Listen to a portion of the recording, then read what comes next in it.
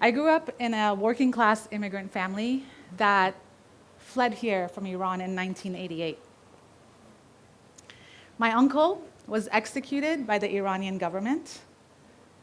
My youngest brother was tragically dropped at birth during delivery. Sorry, I always laugh a little bit, it's uncomfortable. And post-1979 Iranian Revolution, there we go. My family instantly became second-class citizens persecuted due to our religion. We were Baha'is in a Muslim country. My parents, as you can imagine, were riddled with PTSD and had zero coping mechanisms, zilch. So they raised myself and my 3 siblings, my sister's here, in a constant state of survival. Fear and anxiety were the dominant emotional signatures of my upbringing. Untreated mental health issues ran rampant in our home, and affection was a luxury. And if that wasn't bad enough, just a couple months before my 35th birthday, I learned a statistic that blew my mind. By the age of 35, 95% of who we are is a set of memorized behaviors, emotional reactions, attitudes, beliefs, and perceptions that are subconscious automatic programs. Just in case you missed it. This is why so many of us drop New Year's resolutions before February ever comes around. A study done by the University of Scranton, home of the office, showed that only 8% of Americans actually reach their New Year's Eve goals. That's pathetic. This is why we repeat the same self-sabotaging behaviors that leave us feeling defeated and frustrated.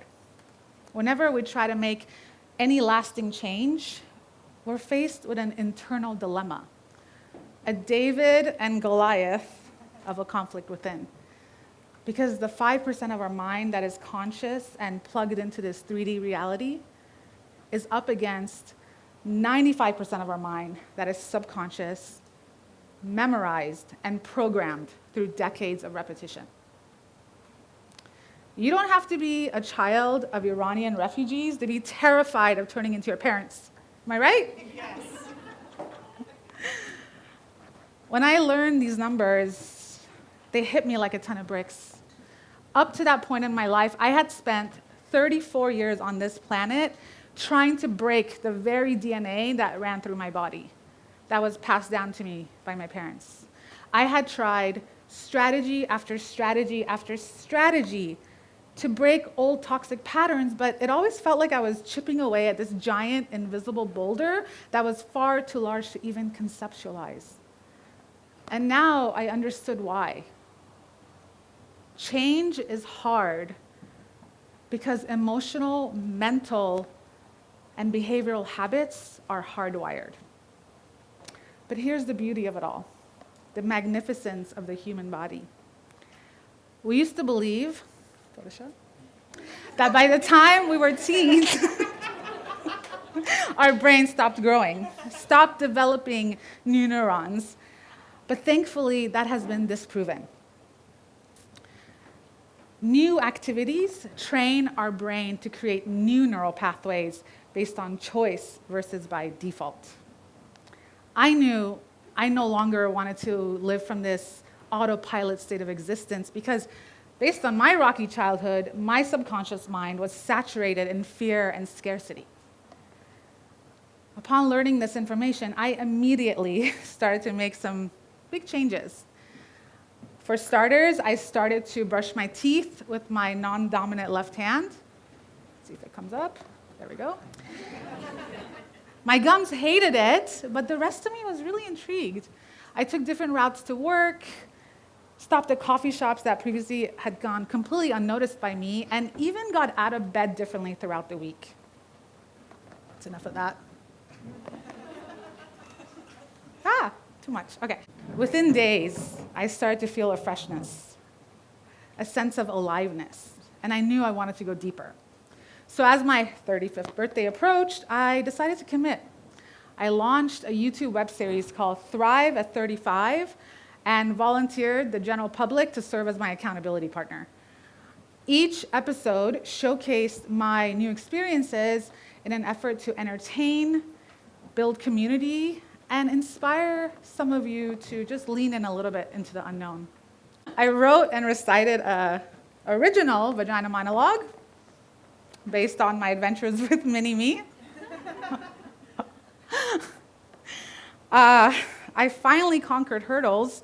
You see, in the 7th grade, my gym teacher called me a wimp because I used to run around them. And that stuck with me for some time, 21 years to be exact. I bungee jumped on New Year's Eve day. Of all 50 jumpers present that morning, my friend Kate and I were the only 2 that hesitated before taking the plunge. She attributes it to our higher functioning brains. But not everything I did was super daring and exotic. It doesn't have to be for you to reap the benefits in the unknown.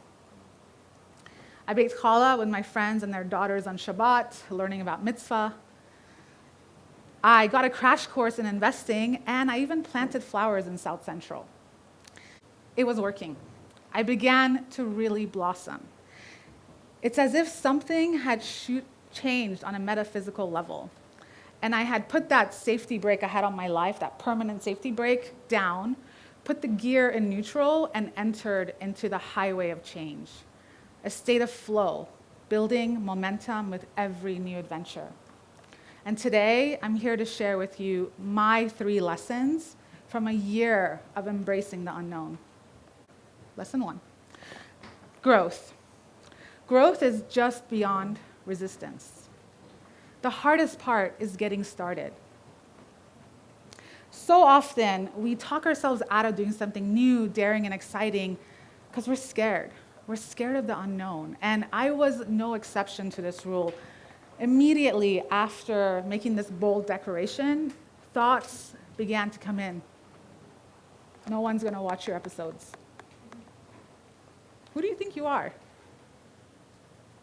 You are being selfish. You do not deserve the spotlight.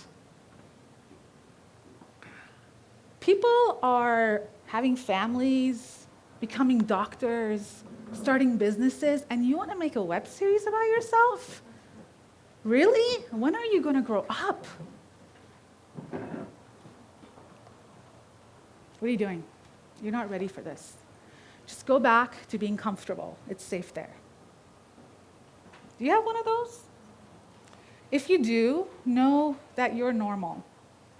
This is very common for anyone who's going to start something new that's going to benefit themselves or the world. Observe and release. Observe and release these thoughts. Put fear in the back seat where it belongs and ask yourself, if not me, then who? If not now, then when? 2.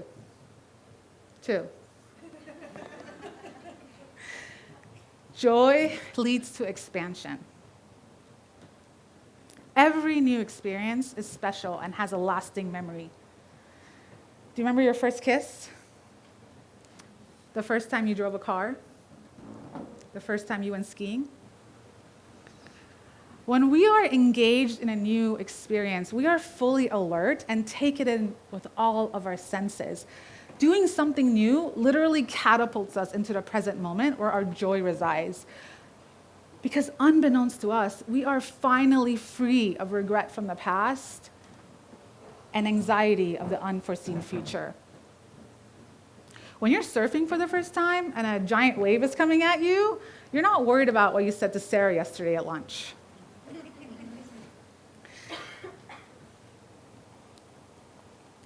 By doing something new every week for an entire year, I created this forward-moving, positive loop in my life. Follow along with me. With each new experience, I was forced to be present, which led to me to be more joyful.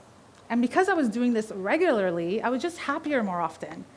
Essentially, life began to cherry pick experiences from the infinite possibilities that are available in the unknown that matched my state of happiness, leading to more joy and more expansion for moi. 3. I'll get there. Vulnerability fosters deeper human connection. It takes a lot of vulnerability to do something new, like a TED Talk. It takes even more vulnerability to have a camera rolling while you're doing it. The emotional roller coaster you're on, joy, excitement, hesitation, disgust, is visually, audibly, and vibrationally projected onto that screen and experienced by those watching you. That allows for people to connect with you at the heart level. My viewers reached out to me, sharing with me their biggest doubts and fears, telling me about things they had been putting off for years and were finally feeling inspired to do. Sharing with me experiences that they were so passionate about and wanted me to also have as a way of deepening our connection. Asking me to do things they would never personally do in a million years, but would watch me do. One friend suggested I go spend the night at Skid Row in Los Angeles to experience what it's like to be homeless. And I decided to pass, respectfully, but instead I volunteered at a local community center to address the food desert in LA. By stepping out of your comfort zone, you somehow give people the permission to do the same. Watching me on the screen gave people the opportunity to tap into their own creative desire to experience and expand, to be a child again, and just feel more alive. And by engaging in new experiences and being vulnerable regularly, you even deepen your connection to yourself and to life. You start to really have confidence in your own abilities. Your confidence gets a major boost, and you can actually readily face your fears. During this year-long experiment, I started to take really big risks professionally. I said yes to opportunities that I previously would have turned down because I was scared of failure, but not anymore. I took bigger and bigger risks until I finally grew the courage to leave my 15-year corporate career and do what I really love, what I'm really good at.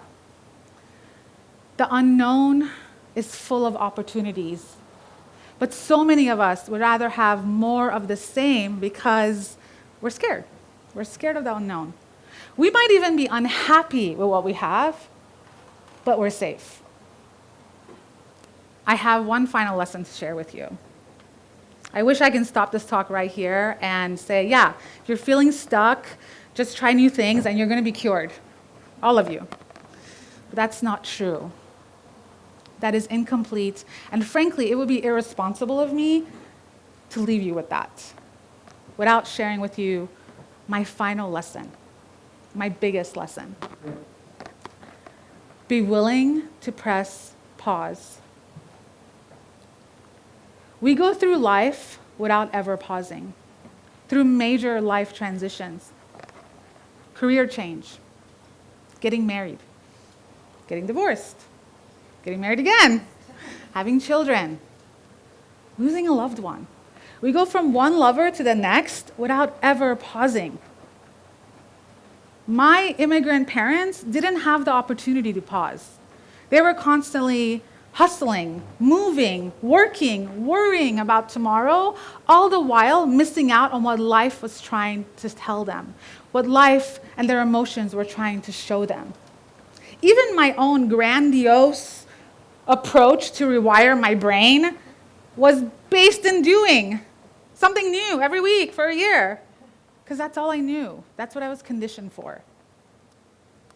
You are not in a rut because of your job, your spouse, your life's responsibilities. You feel stuck because you keep bringing the same energy into everything you do. You bring you wherever you go. You're not stuck because of your external life, but because of your internal state of being. We can be in a life situation and think, it's going to be different this time. The people are different, the circumstances are different, it looks different. But without the awareness and presence to pause, you're going to bring all that old stuff forward and create more of the same. The very rut you're trying to desperately climb out of. The unknown is magical and powerful because it holds within it an opportunity to reset. The next time you find yourself in a new life situation, instead of doing what you've always done, have the courage to pause.